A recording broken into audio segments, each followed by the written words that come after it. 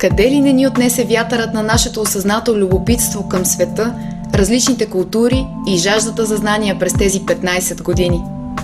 Още първата учебна година, априлската ваканция на 1995 година, съпреживяхме Моцартовите музикални празници в Залцбург и Виена. А 3 поредни години се потопявахме в коледната атмосфера на Виена. Декември 1995 година, 1996 и 1997 година. И отново коледна Виена, декември 2001 и 2003 година. Незабравими остават ваканцията в Барселона, Париж и Виена, април 1996 година и първите абитюренски вълнения във Виена, месец май 1996 година. Обикновено лятото е време за почивка. В края на учебната 1996-1997 година се радвахме на морето в слънчева Гърция в курорта Неопори. Но когато имаш възможност да повишиш равнището на владеене на английски език и да усъвършенстваш разговорния си английски в добрата стара Англия, няма дилема. И през лятото на 1996 и 1997 година 2 групи ученици бяха на езикова практика в колежа Сейнт Ендрюс и колежа Гъртън в академичното градче Кембридж, Англия. Незабравими в професионален и емоционален план са дните от 10 до 31 юли 1998 година за 16-те участници в учебната практика по програма Предприемачество и бизнес в Университета на Синсинати, САЩ, щата Охайо. Курсът на обучение завърши с защита на бизнес проекти пред специална комисия на университета. Първо място спечели проектът APD за създаване на училище с икономическа насоченост за деца-инвалиди, а проектът Ортопедия, свързан с създаването на фирма за производство на инвалидни колички и необходимото специфично оборудване на училището, го надграждаше. Висока оценка получиха и проектите Музикална къща и Конен клуб Атикус, България. Най-емоционалните преживявания са посещението на вечерната сесия на Американския сенат Капитолия на 30 юли, наблюдаване на реалния процес на отпечатването на долари в печатницата във Вашингтон и церемонията по връчване на американското знаме и диплом на частна професионална гимназия Банкер сутринта на 31 юли 1998 година в Капитолията, Вашингтон. А сега от Америка да се прехвърлим в Азия.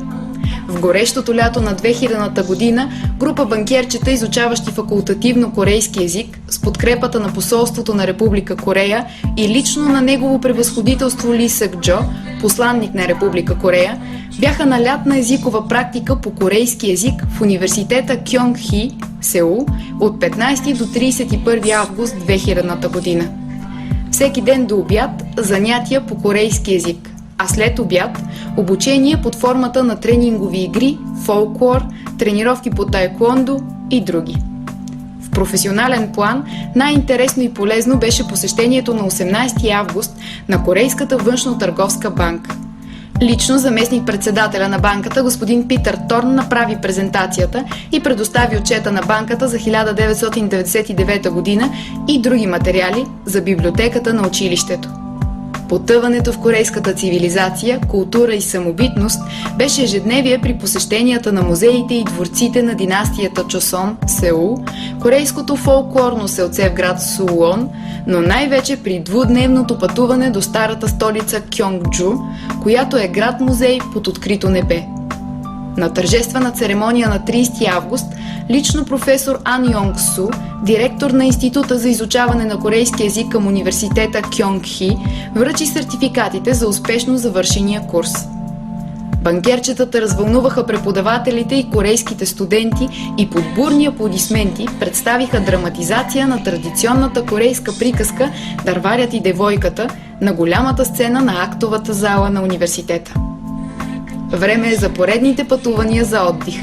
Посрещнахме новата 1999 година в Атина, а през декември 1999 година чествахме Деня на банкера в Охрид.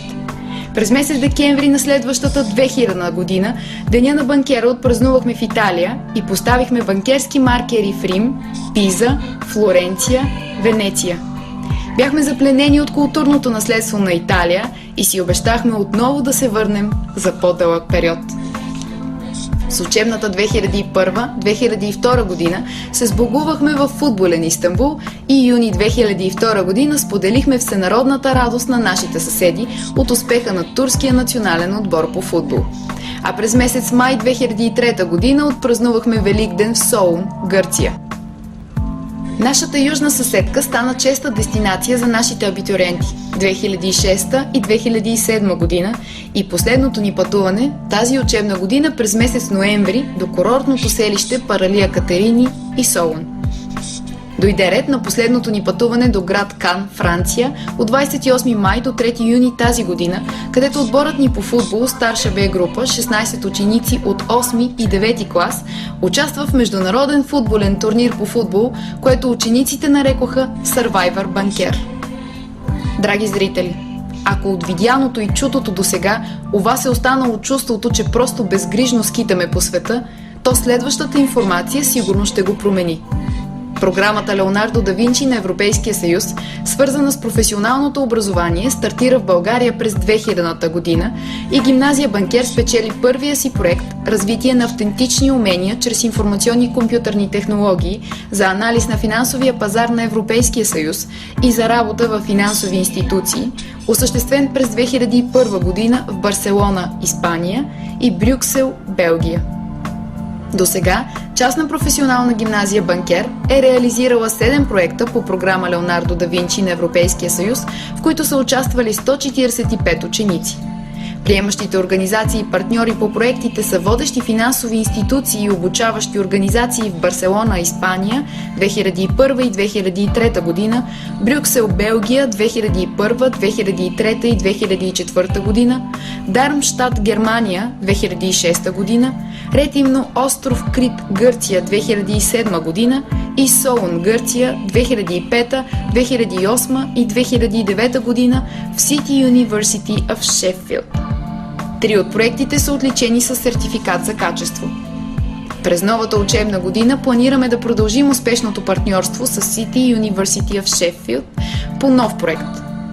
За да бъде пълна картината на нашето географско присъствие, следва да поставим маркери върху 16-те държави, където над 80 възпитаници на гимназия Банкер достойно защитават честта на България и любимото училище в престижни университети: Съединените американски щати, Англия, Франция, Германия, Австрия, Холандия, Испания, Русия, Гърция, Унгария, Полша, Китай, Австралия, Канада. Много от тях, вече завършили бакалавърска и магистърска степен, се върнаха в България и работят в водещи финансови институции или успешно ръководят собствени фирми. Гордеем се с вас!